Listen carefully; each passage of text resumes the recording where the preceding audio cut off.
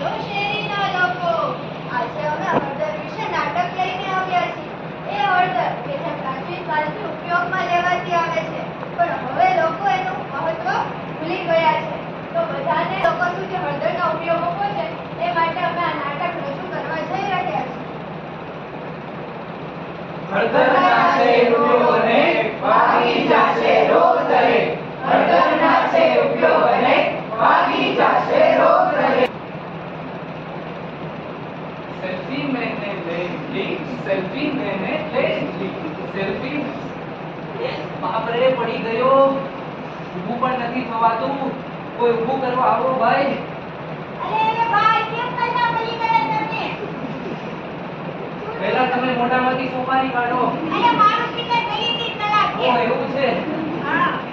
મારું ઘર અહીંયાથી દૂર છે, તો તમે એક કામ કરો, નજીકના દવાખાના સુધી મને મૂકી જાઓ. ચાલો તો હું તમને મૂકી જાઉં.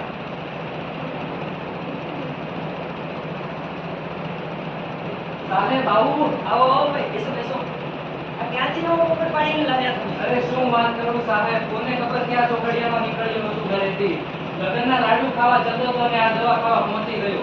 આ લોહી પણ બંધ નથી થતું. કાંઈ ડેટોલ જેવું હોય તો લગાવી આપો સાહેબ. અરે ભલા માણસ, તું શું સાવ ડેટોલ ડેટોલ કરે છે? આપણી પાસે તો ડેટોલ કરતા પણ સારો ઉપાય છે. જોજો, હવે આ ડોક્ટર મને જ લગાવવાનું કહેશે. શું વાત કરો છો સાહેબ, ડેટોલ કરતા પણ સારું? એવું વળી શું? અરે ડેટોલ કરતા પણ સારું. આજની આ સેલ્ફી વાળી જનરેશનને શું ખબર કે હળદર વિશે તો સાવ ભૂલી જ ગઈ છે. હળદર એ આયુર્વેદનું એક શ્રેષ્ઠ વસ્તુ છે. હળદર? હા, હળદર. સાહેબ, દુનિયા ક્યાંની ક્યાં પહોંચી ગઈ છે અને તમે હજુ હળદર જ અટક્યા છો. સુધરો સુધરો હવે. અરે આ ભાઈને કોણ સમજાવે કે હળદરના કેટલા ઉપયોગ છે? અને ભાઈ તમે એટલી વાત જ કરો છો ને, તમારા કેસમાં હળદર એક શ્રેષ્ઠ છે.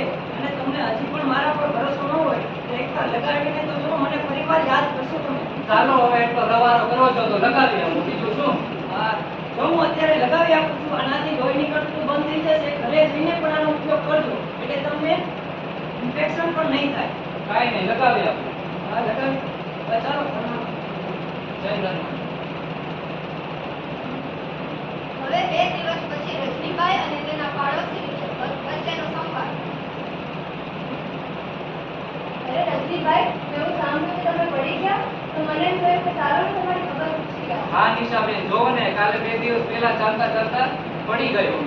તો હળદર લગાવવાનું કહ્યું મારા વેદે. મને એમ લાગ્યું કે હળદરથી વળી શું થાય, પણ હળદર ઘણું કામ કરે છે. મને ઘણું રૂચ આવી ગઈ છે. અરે રજનીભાઈ, તમારું નામ જ રજની છે, તમને ઉપયોગ નથી ખબર? રજનીનો મતલબ જ હળદર છે.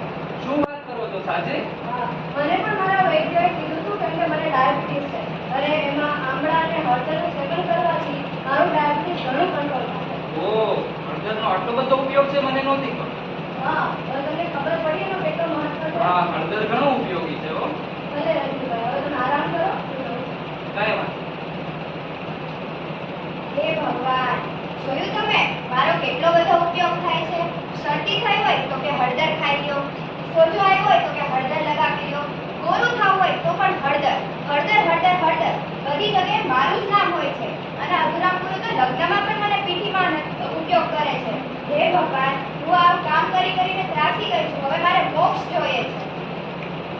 હળદર હવે ભગવાનને મળવા જાય છે. પ્રણામ ભગવાન.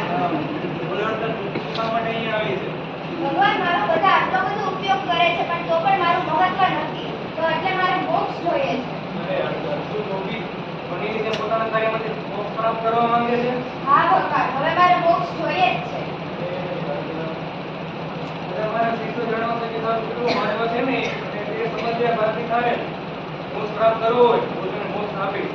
ભલે ભગવાન. આપણને જ્યારે નાના મોટા સિદ્ધાંત પડે ને, ત્યારે આપણે એના ઉપર હળદર લગાવીએ તો તે પોષણ તરીકે પણ કાર્ય કરે છે. હા, સાચી વાત, સાચી વાત. હળદર અને આમળાનું સાથે સેવન કરવાથી લોહીની માત્રા વધે છે અને લોહી શુદ્ધ પણ થાય છે. હા, સાચી વાત, સાચી વાત. અત્યારના સમયમાં લોકો ખંજવાળ મટાડવા માટે સિટ્રીઝન નામની દવાનો ઉપયોગ કરે છે, પરંતુ હળદરનો એક પ્રકાર એટલે કે આંબા હળદર, એના ઉપયોગથી પણ ખંજવાળ મટાડી શકાય છે. હા, સાચી વાત, સાચી વાત. એલર્જી અને અસ્થમા જેવા શ્વાસના લગતા રોગોમાં પણ હળદર ઘણી ઉપયોગી છે. હા હા, સાચી વાત, સાચી વાત. હળદરનો ઉકાળો પીવાથી રોગપ્રતિકારક શક્તિ વધે છે અને કોલેસ્ટ્રોલનું લેવલ પણ જાળવી શકાય. હા, સાચી વાત, સાચી વાત. બોલો હળદર, હવે તારો શું વિચાર છે?